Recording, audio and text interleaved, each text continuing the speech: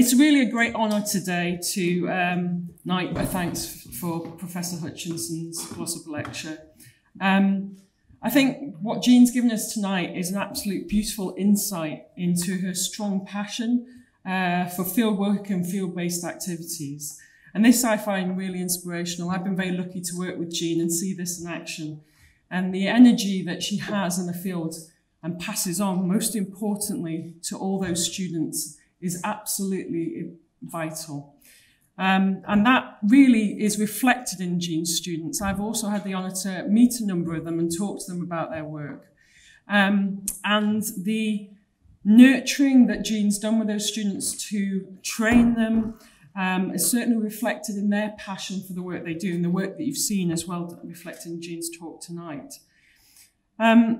In Jean's lecture, she has given us some incredible case studies. It makes us very jealous in the UK seeing some of those slopes. And certainly shown us the value and the excitement that new technology has now brought to our profession. And the use of things like terrestrial LiDAR and photogrammetry techniques are now being used much more readily. But also she's highlighted the importance of the development of the good conceptual engineering geological model.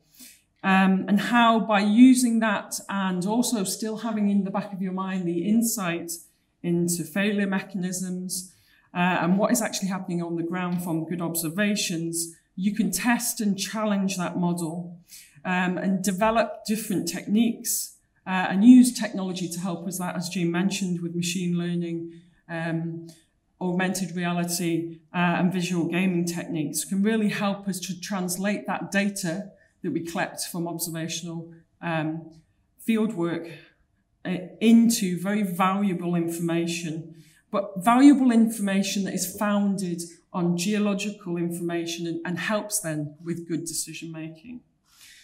In addition to Jean's research though, and I'd just like to also highlight that and emphasize that tonight, I know Chris Athermus has too, but the education of good students and also her professional development work that she's done both in Canada for the Canadian Geotechnical Society, but also the work that I do with Jean in the International Association for Engineering, Geology and Environment, with now being the vice presidents of the North American group, really means that she's also taking and ensuring that those values she puts in her students actually comes into our profession. And ensuring that the importance of field-based activities and most importantly good observation activities enables the development of good dynamic engineering geological models and the tools that we use to do that. And as she said just at the end, ensuring that we actually do that together and we learn together and have tools that we can share and learn together.